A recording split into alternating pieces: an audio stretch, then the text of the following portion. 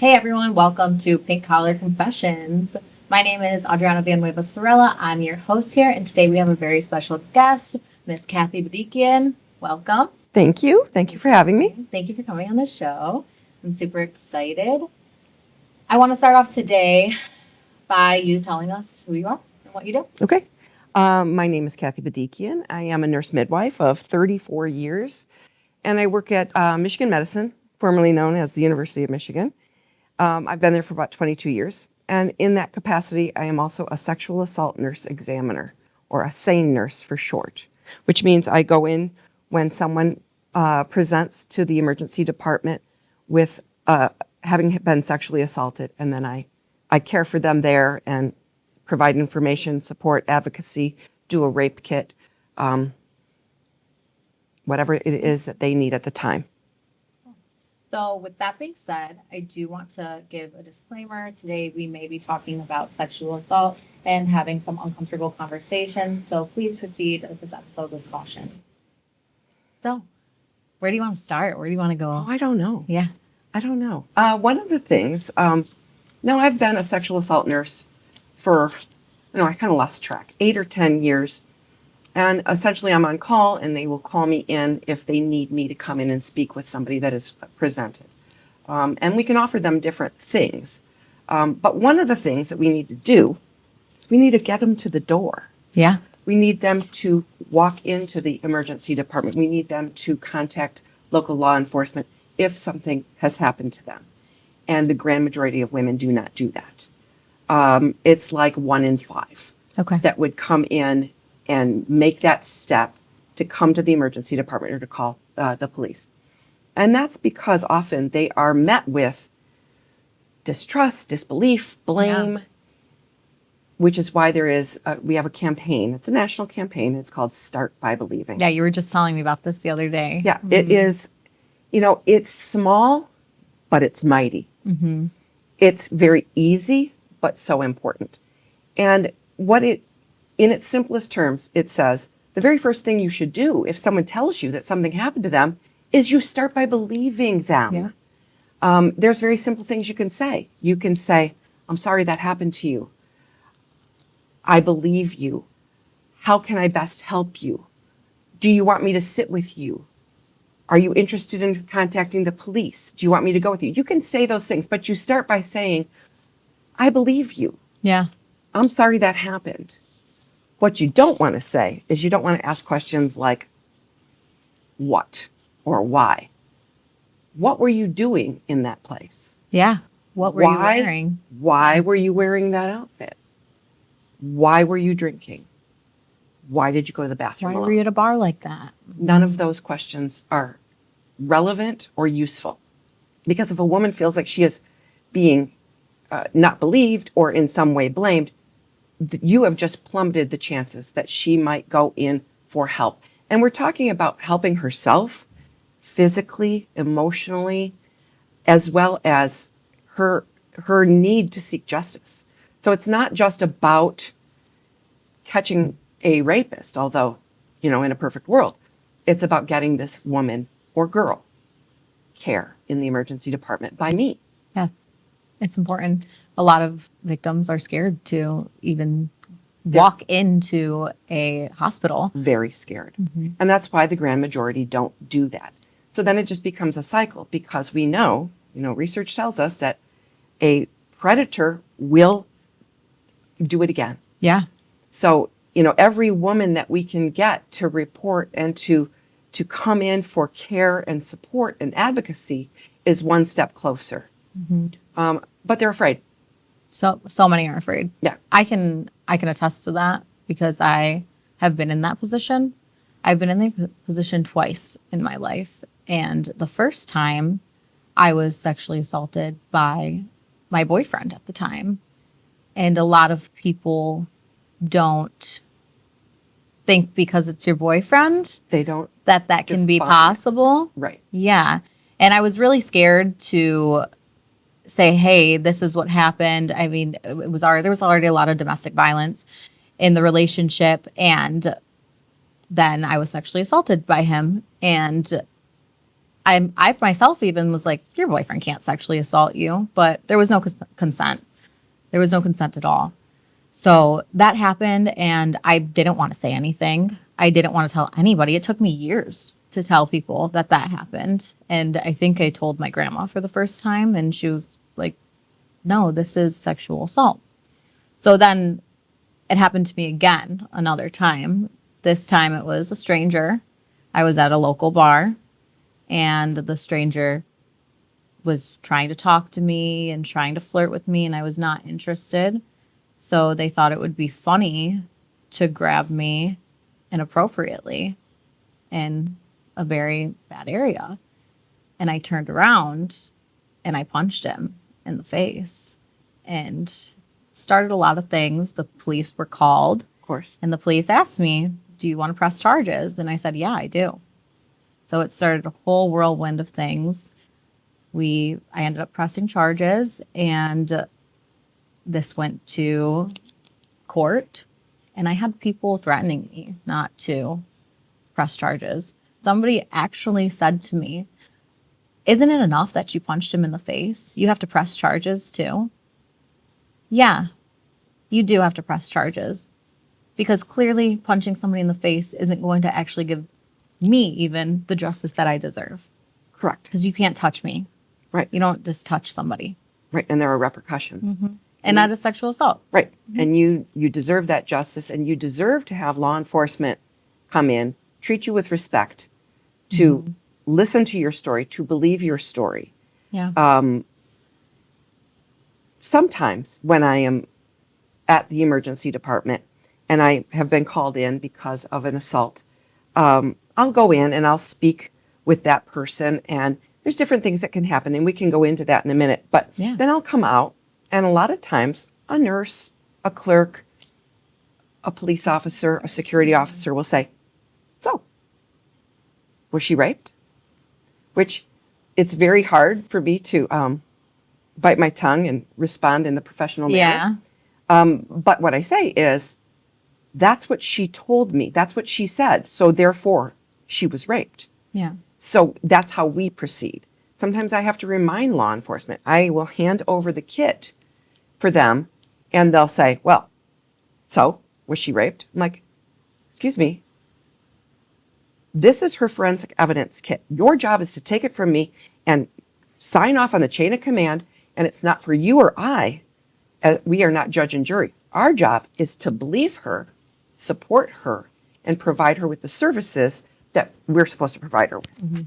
And so that can be a little hard because people don't really understand what that forensic evidence could look like. Do you want me to talk about that a little? Yeah, I do. Okay. So if I get called, I will go in, and I will tell you, in all of these years, I have never met with the same situation twice. Never. I always joke we have a coordinator for the program, and she's entirely brilliant. And I always joke with her that if I ever go in to meet with a survivor and not call you, it's going to be a miracle, because there's so many moving parts. There's so many. Everybody's story is different. We base our evidence collection on that story. There's things to be filed, and the way it's going to get charged, and who it goes to, and things to be faxed. So that stuff that I always have to call my colleague for that. Yeah. But they would come in, and I can offer them a couple of things. They can just tell me their story. I can then, if they would like, I can collect forensic evidence. That's what people on TV call a rape kit. We call it a forensic evidence kit. I can not collect swabs, and they might say, I just want you to treat me for STIs and give me the morning after pill and let me be on my way. Yeah. That's legitimate. Maybe they want that and the kit. Maybe they want that kit sent to law enforcement. If it happened in Wyandotte, then it would go to the Wyandotte Police Department. Their other option, because they are not necessarily ready to make that bold leap, to release that to law enforcement, they can have it stored for up to 1 year. So at U of M, we do store it for up to 1 year. We give them a way to track the kit, so they'll know it's still there. It's an electronic thing. And if they decide, okay, release it to law enforcement, then they can track the steps that it goes through. which is kind of a nice thing, so that they know. You heard in the past about all the stories where all these rape kits were found, somewhere in Wayne Random. County. They're going to see that that it is moving along the process, Okay. which is kind of nice. Yeah. They don't have to decide. They can be stored for up to 1 year. Well, and that's important too, because sometimes it happens one night and then a month later it comes into realization that, wow, this happened to me. Right. And I want to make a move on it now. Yes. Yes. Now, they have to present, in order for our forensic evidence to be useful, they have to present within 96 hours. Now, that number changes, Okay. because some of the evidence can degrade and some of it won't. And certainly in a course of 96 hours, a woman might have, or a man, might have, of course, brushed their teeth, taken a shower, Yeah. changed their clothes. Yeah. So those are the kinds of things. We will collect based on a story. I could collect head to toe swabs, samples of their hair, samples from their mouth to check for DNA underneath their fingernails, their vagina, their vulva, their rectum, and anything else. If there's visible injuries, photographs are taken. If they are injured, and let's say maybe the person that came in ended up with a broken rib, they would also be cared for by the ER physicians. Why did the ER physicians not do this? They don't have time. I feel, people say to me, how can you do this? How do you do that? I don't have an easy answer for this, except that I know that I'm going to be the better option. If you come in and you present yourself, and you could get an ER physician that's very overworked, I can attest to that, with a million other things going on. If they can instead call up the same nurse on call, she drives into the hospital, that person is my only concern. Yeah. I you have can nobody focus. else. I'm not going to get called away to do anything else. I'm not going to get called away to deliver a baby. That person is my only person. Yeah. So I can spend time. We can talk. I can listen. Learn. I can collect evidence if they want. I can provide medications if they need. And like I said, every time I go in, it looks different. Yeah. But it's there. And people are afraid. They don't know, what does this look like? We will always tell you. We always will get consent. And you're not obligated to continue the evaluation if at any time you choose that you want to quit. Yeah. Is there a virtual option for something like It's this? not, but it's an excellent question. So one of my jobs, one of my roles as a University of Michigan nurse midwife is I do a virtual urgent care program. So that means that sometimes I work from home and I do this virtual urgent care. And it's kind of like the speed pass at Cedar Point. Yeah. They get to the front of the line for things that they need to get to the front of the line about. U of M is immensely busy. We have so many patients. We have so many deliveries per year. But if you wake up and you're having some bleeding and you're 8 weeks pregnant, you want to talk to somebody now. You're not going to wait 4, 5, 6 days to get into a clinic. You're not going to go to the emergency department and wait there. So they would put you on a visit with me. You can talk, tell you what's going on, what I think is happening. I can order labs, I can order an ultrasound, and we'll get you some answers in a timely fashion. Same thing for nausea and vomiting, mastitis, postpartum depression. But what we don't have is a way to do a virtual consult for somebody who has been assaulted. And wouldn't that be great? Yeah. They could call whatever number we choose, get placed on my schedule or one of my colleagues, and we can say, okay, I hear you telling me what happened. If you come to the ER, this is what I can offer you. This is what you can expect. So it's not so scary because it is scary. It is scary. Yeah. And some people don't want to drive there, and you might even be depressed in your bed and not want to get up. So. Exactly. But if I can talk to them and say, my name is Kathy. This is what I look like. I can meet you there in an hour. And then I try and I just want to make it not scary and smooth and supportive for women So are there, and men. so yeah. And are there a lot of ways that we can do anything at home for this type of situation happening?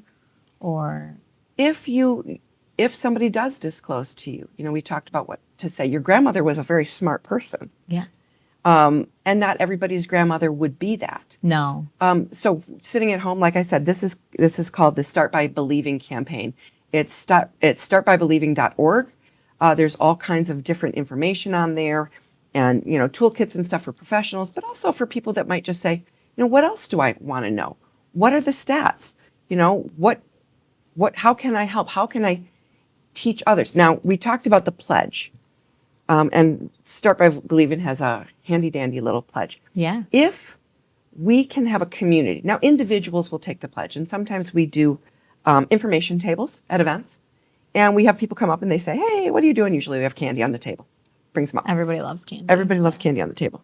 So they'll come up and we explain who we are and what we're talking about. We explain the Start by Believing campaign, and then we have them, it's on a little paper, and we have them sign their name with big markers, and we plaster it on the wall behind us. And that's one single person, and that's good. But if we look at it from a community standpoint, if we say this community is going to embrace this Start by Believing campaign, and we're going to talk to our local officials, our police officers, our fire department, our nurses in the ER, physicians, police officers, teachers, principals, all those people, and they all make that pledge, then we have a community-wide support. Yeah. And that translates into appropriate policies and procedures and resources for women and men and anybody else who has been sexually assaulted. And it becomes part of what we talk about. We don't talk about certain things. We don't talk about certain things. And- And that's been going on for ages. Right, right. I mean, it's not polite conversation perhaps, but as long as we don't talk, we don't move that needle, we don't move forward. Right now, it's, what did I say, 1/5 of the women Yeah. will present to the ER. And a lot of times people will ask me the 30%. question, getting back to the whole, so was she raped? The sexual assault kit can't do that. It No. can't definitively do a lot of things, but what it can do is it can identify DNA, and that's the crux for law enforcement. I will have young survivors say, I passed out. I don't know whether I was drugged. I don't know whether I was really drunk. It doesn't seem like I drank that much. And they want to know, was I raped? And I sadly cannot tell them that. Yeah. I can collect evidence. I can send it to law enforcement. I can support them. I can give them STI medications, pregnancy prevention. I can do those things, but I can't give You don't them have that that answer. definitive answer. I started to talk about that, and I can't remember why. But we did touch a little bit on drugs. Yeah. So one of the other things that I can do is I can test to see if this was a drug-facilitated assault. So there's certain drugs that can be used to we used to call them the date rape drugs. Yes. And we can test for those things and find them or their metabolites. There is some timelines on that, but we do our best to, find what we can find. We also can test, and this is interesting. This came up in my group recently, that we should be testing all women or men who come in and say that they were assaulted. If they've been drinking, we should do their urine alcohol. And at first I was like, but why? Why? But why? Because it proves lack of consent. Okay. It proves inability to provide consent. That makes sense. 100%. It does make sense. But we think about it in, always in the other way. Yeah. So, I know what I started to tell you. The whole, very, very few people will come and falsely report. That is erroneous. I had somebody say to me the other day, well, I heard it was 75%. I think it's about 1%. It's Something like, around there. 1 to 2%. it's one of those things that's going to be hard Yeah. to quantify. But the Start by Believing campaign references a 2 to 8%. Okay. But like I said, I had somebody say that to me. This was a police officer Yeah. that said 75% of them are lying. That's not true, actually. is not. But the data clearly And I reflected try to- also. So, Breathe Yeah. and speak professionally so that I'm heard. and that comes back to, we never talked about this because it wasn't polite. Wasn't polite. And so much of that happened back in the 100 years ago. We didn't, Yeah. not even, I would say like 50 years ago, we didn't talk about it because it was incorrect or gross to talk about. But that's the issue. Or, That's the like you even problem. said, here I was. I didn't even know because he was my Yeah. boyfriend. And, the women in marriages, they don't know. We don't talk about it. It stays hidden. Yes, The it needle stays doesn't get hidden. moved. I will be And- the first person to tell you that needle is going to move really slowly. And we But unless we get on it, need to get on there and we need to start teaching that it doesn't matter what you wear. right? It doesn't matter who you're with, Yes. what you did that night. What matters is teaching people that no means no, Right. that we need consent. And an ability to say no also means no. And yes means yes. Yeah. Right. One of the other things in all the list of things that you can say, I believe you. I'm here with you. It's not your fault. It's not your fault. These are That's very simple important. phrases. It's not your fault. I believe you. How can I help? And we also need to start teaching our children better about consent, especially if you have a male, if you have a son. Tell them, make sure that this person is consenting to you before you do anything. You have no right to touch somebody's body just because you want to and you're a man. You have same with women. You have no right to touch somebody's right. body. It's not okay. It's actually disgusting to do that. So let's not do stuff like that. And that we kind of talked about. I was at a beach last summer, and Oh, yes. I had a bathing suit on, and I'm a mom, so I was feeling good about this bathing suit. I was with my family, and a woman came up to me, and she physically put her towel on top of my body and said, "My 13-year-old son is here. You need to cover yourself up." At a public beach. And my family said, "Do you know this lady?" I said, "No, never met her in my life." And one of my family members said, "No, you need to teach your son not to look at women inappropriately because this is going to be a normal thing that happens is he's going to be attracted to women in life." So that's the wrong way. That's not the way to go. The right way is to say, yeah, that person looks great, but you can't touch them and you can't be inappropriate with them. So it's something that needs to be spoke about more I think often. that young moms such as yourself, I mean, I had 4 kids of my own, and I was a little bit more, I mean, I do this for a living, so teaching my kids was sort of second nature. Whereas a lot of people, maybe my age, didn't teach them the things that you're teaching your son. Yeah. The things that my daughter is teaching her daughters, which are great. I mean, my 5-year-old granddaughter went to the pediatrician the other day, and her mom was telling me about that visit. And her mom was talking about, what the pediatrician had said. And she just piped right up, "Mom, it is not nice to talk about other people's bodies or touch other people's bodies without permission." Yeah. So It's time to change the culture. good Yeah. job, you young moms who are moving that needle, who are changing it, who are changing the way we talk. Yeah. Because you can say these things in front of your children and your family. These are not words that should be Banned erased. from your home just because they're uncomfortable. Because guess what? We all have uncomfortable conversations in our lifetime. I'm wondering too, I want to know about emotional aftermath of people that you've helped. Do you see people a lot after? rarely. Rarely. If it goes to court, I might see them. We give them many resources to follow up with in terms of support. But I rarely see them afterwards. And like I said, every single case that I come in for, every single story is very different. And one of the things that I noticed, now 1 in 4 women will be sexually assaulted in their lifetime. And sometimes I am met with a young person and they don't seem terribly shocked about what happened. And I've noticed it's almost like, almost like well, it's bound to happen sooner or later. And that just makes me so sad, especially when, it makes me sad for anybody. But I've noticed that in particularly young girls. And it's like, this shouldn't have happened to you. This is not okay. This wasn't, it shouldn't be something that you believe to be inevitable, even though 1 in 4 women are sexually assaulted. Yeah. Yeah. I wanted to know too, what is like an age range of that you see? That's a great question. Yeah.